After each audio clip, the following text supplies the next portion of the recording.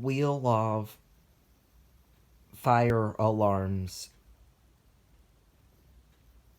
Fire alarm fails series talks about fire alarms that are not working and fire alarms that are at risk of being tampered with and all of that.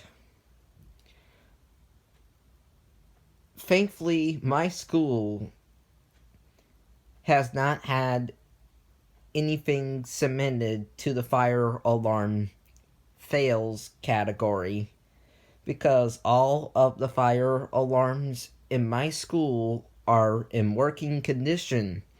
The notification appliances, the pull stations, the smoke detectors, and all components of the system. So no Wheelove fire alarms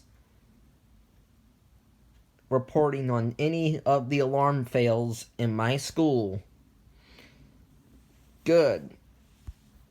Which means our alarms are in good condition and are tightly screwed into the wall and are not blocked by furniture or anything like that. So it makes it easy for people to pull the fire alarm if there is a fire emergency in the building. Bye.